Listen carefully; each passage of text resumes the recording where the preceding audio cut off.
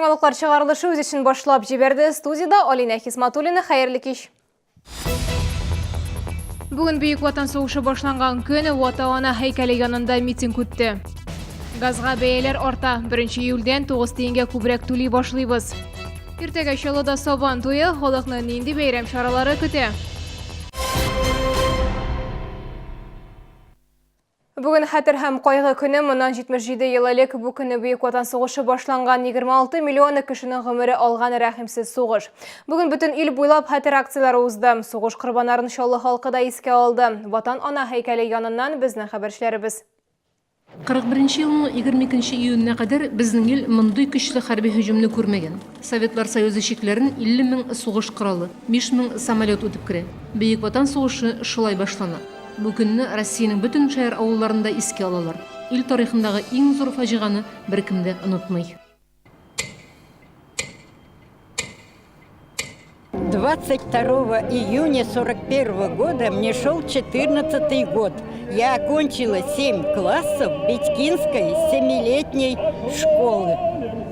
21 августа отца мобилизовали в Красную армию. Для меня это было такое тяжелое чувство, что мы остаемся ни с чем, что наша семья большая, дружная, но началась война, и как мы будем жить. Бөек Ватан сугышы 1418 көн дәвам итә. Җиңү көнен зарыгып көтәләр. Әмма ул күп гаиләләр өчен сагышлы көн була. Мы плакали, что сосед приехал, мы к нему зашли с 4 сторон, обняли его. Он сидит на стуле и вот так вот глядит. Мы говорим, как же так? У него 1 сын, а нас 4, и нашего отца до сих пор нет. Мы очень плакали.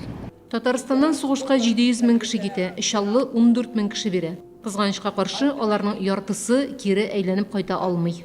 Со всеми жителями нашей огромной страны еще раз склоняем наши головы перед памятью павших воинов, перед теми, кто сделал все, чтобы фашистская чума не пришла на нашу землю.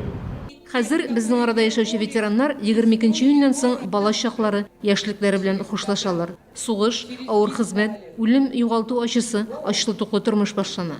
Шуңа күрә дә хәзерге яшь буын бу хакта белергә һәм өлкәннәрне кайгыртырга бурычлы. Рим Әхмәтова, Константин Величко, Илдар Шайдуллин, Яңалыклар.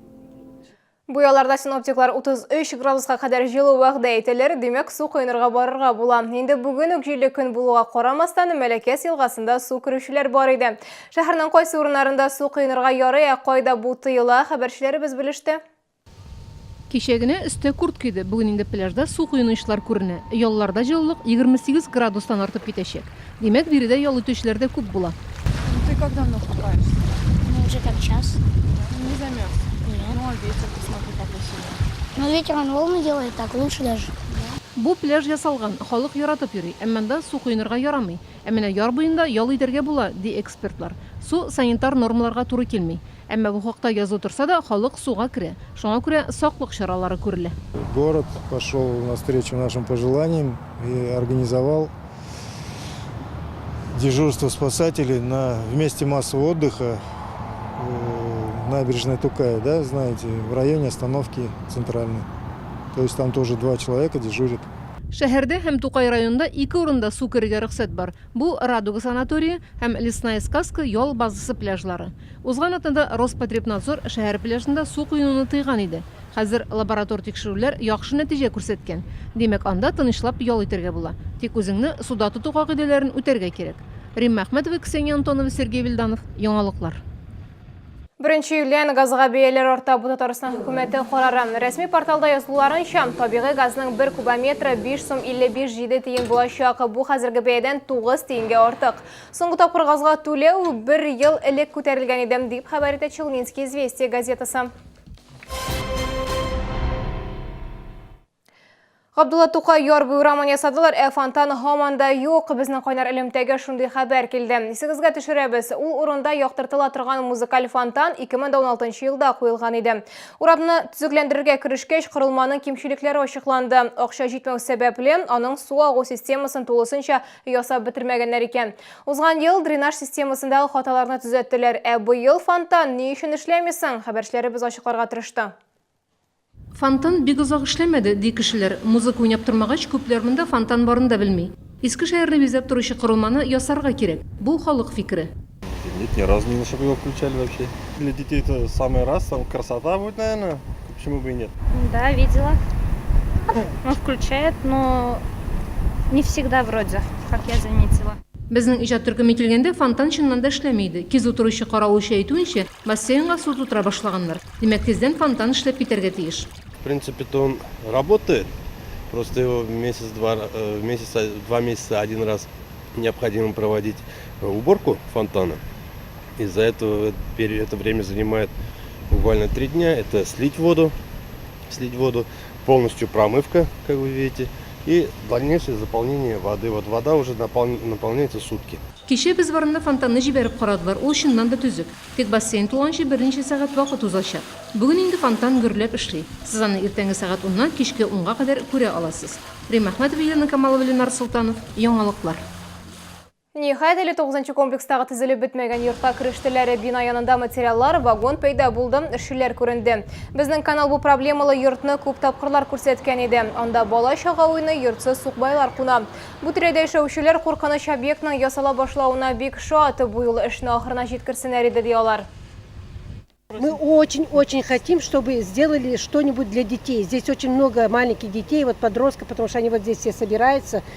Им хотя бы вот заняться чем-нибудь вот здесь. Больше вот ничего не хочется. Вот в этом здании для детей, если что-то сделаете, огромное спасибо вам скажем.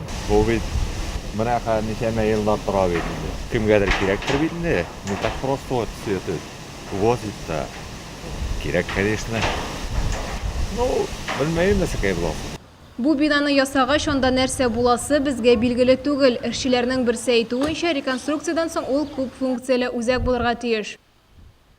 Иртәгә Чаллыда Сабантуй ул Ярбуй паркы мәйданында һәм ипподромда барачак. Татар халык бәйрәменә старты сәгать 10-да бирелә. Сәгать 11-дән милли бизәкләр дип исемләнгән зур тамаша булачак. Чаллы Сабантуйдан Татарстан премьер-министры Алексей Песошинның да килүе көтелә. Көндезге сәгать 12-дән кичке 9-га кадәр мәйданда уеннар, ярышлар, татар милли көрәше барачак. Батырлар көрәше кичке сәгать 5-тә башлана, кич белән сезне бәйрәм концерты һәм салют көтә. Концертны исә безнең күңел радиосы оештыра. Аларның чыгышы кичке сәгать 7-дә. Без шушы бәйрәмне бик көтеп алабыз һәм бу эшне без бик яратып башкарабыз. Менә быел да безнең тыңлаучыларыбызны бик матур кичә көтәчәк. Чөнки татар эстрадасының иң популяр йолдызларын чакырдык. Әнвәр Нургалиев, Марат Яруллин, Азат Абитов, Ранис Габбасов, хөрмәтле тыңлаучыларыбыз, без сезне мәйданда көтеп калабыз. Саннарга күз салсак, быел республика хөкүмәте ярдәме белән рәсми рәвештә 355 Сабантуй үткәрелә. Алар Татарстаннан кала Россиянең 58 төбәгендә 30 чит илдә уза.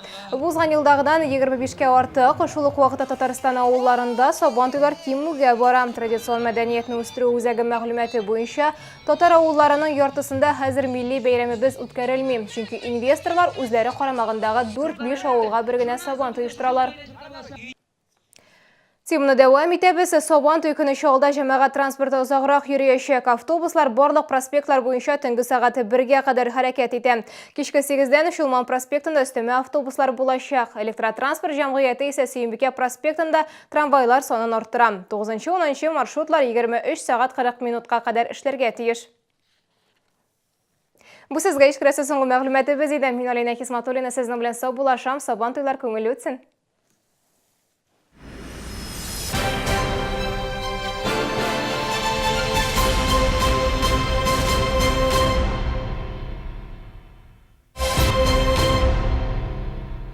Ем пломбир советский. Вкусный самый. Пломбир советский. Вкус детства от компании «Славица».